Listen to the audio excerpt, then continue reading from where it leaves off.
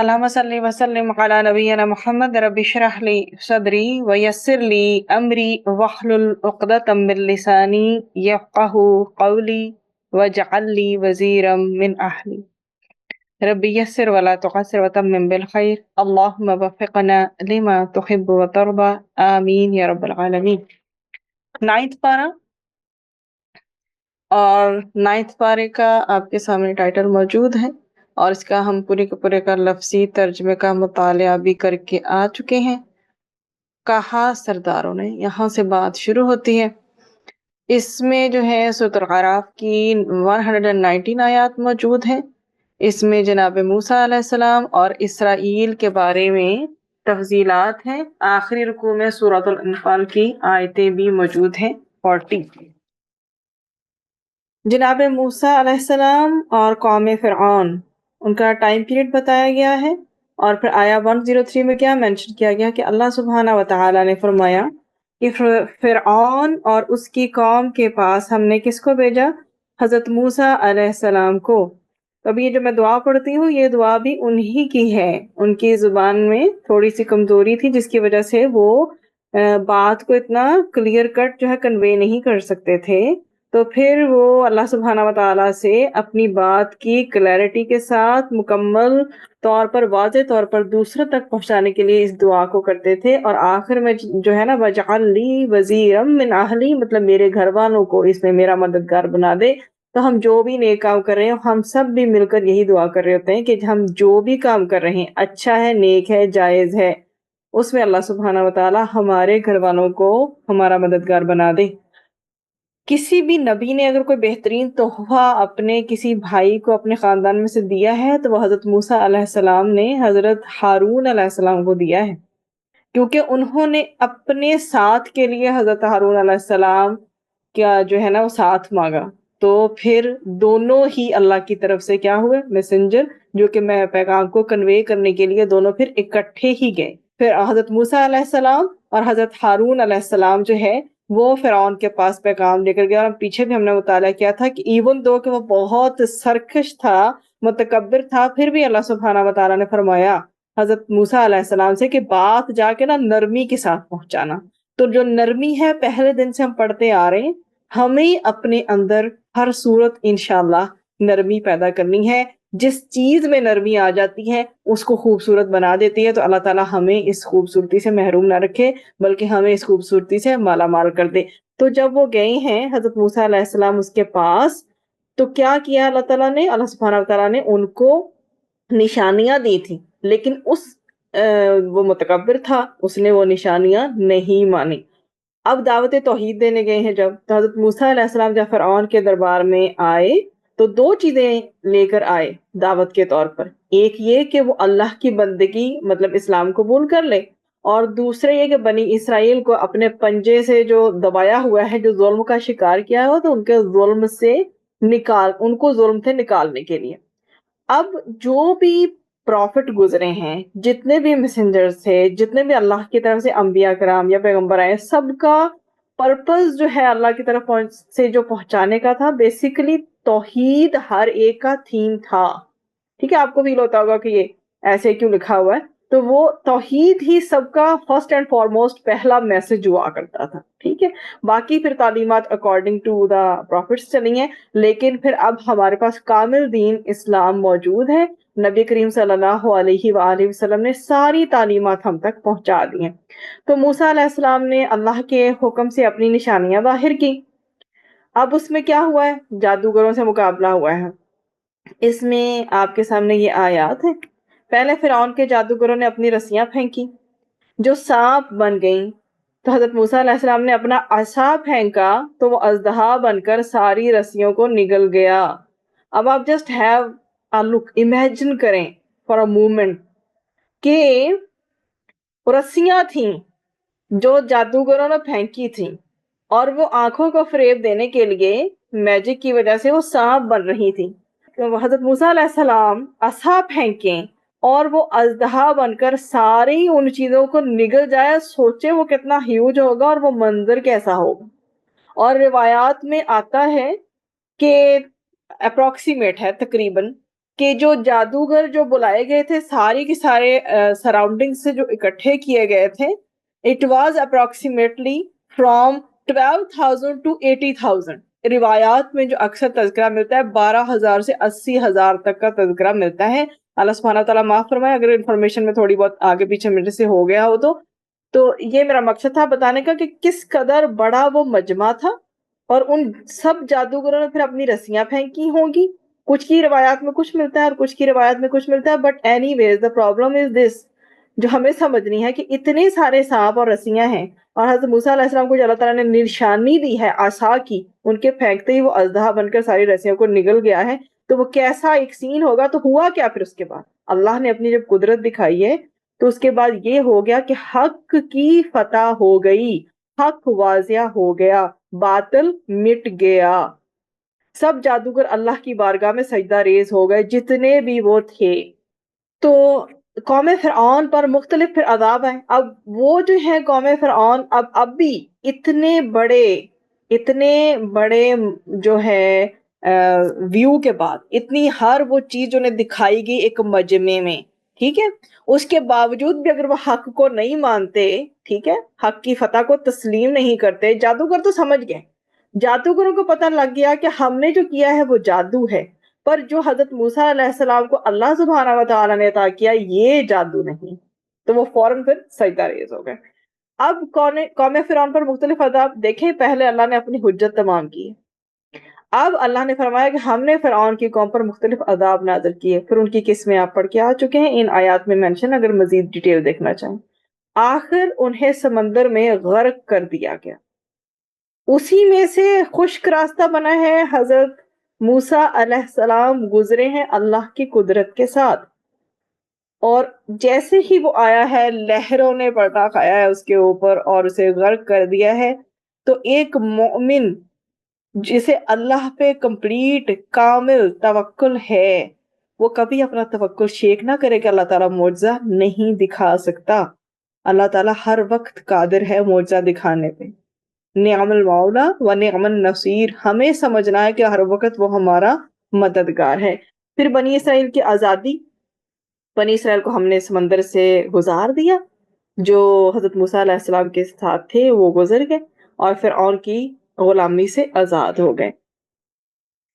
اس کے بعد ہے اللہ سے ہم کلامی کا شرف. جب حضرت موسیٰ علیہ السلام گئے ہیں وہاں پہاڑ پر، تو وہاں پر 40 دن تک عبادت کی ہے کوہ سینا پر، اور اس عرصے میں اللہ سے ہم کلامی کا شرف حاصل ہوا، اور دیدار الہی کا تقاضا تھا ان کا، حضرت موسیٰ علیہ السلام کا. کس کا دل نہیں چاہتا کہ اللہ کا دیدار کرے؟ اللہ سبحانہ و تعالیٰ جنت میں آخرت میں ہمیں اپنا دیدار کروائے. کہتے ہیں نا ساری نعمتیں اپنی جگہ جو جنت کی مل جائیں گی، اور ایک مومن کے لیے سب سے جو بیسٹ آف دا بیسٹ، اعلیٰ ترین اگر کوئی چیز ہوگی نا آخرت میں تو وہ اللہ کا دیدار ہوگا. اور اللہ ہمیں اپنا دیدار نصیب فرمائے. ہم گناہ گار ہیں، ہم تو ہر لمحہ گناہوں میں کیا ہے پھنسے ہوئے. ایسی ہماری وہ کہتے ہیں نا کہ دھاگوں میں جو الجھی ہوتی ہے نا کوئی چیز، ویسے ہم گناہوں کے اندر ہیں، اور اللہ تعالیٰ ہی ہے جو ہمیں نکالے گا. اور اللہ تعالیٰ ہمیں اپنا دیدار آخرت میں نصیب فرمائے. وہی ایک اعلیٰ سے اعلیٰ ترین چیز ہوگی ایک مومن کے لیے. پہلی تو اللہ سے ہماری دعا ہی ہے کہ اللہ تعالیٰ ہمیں جنت میں لے جائے.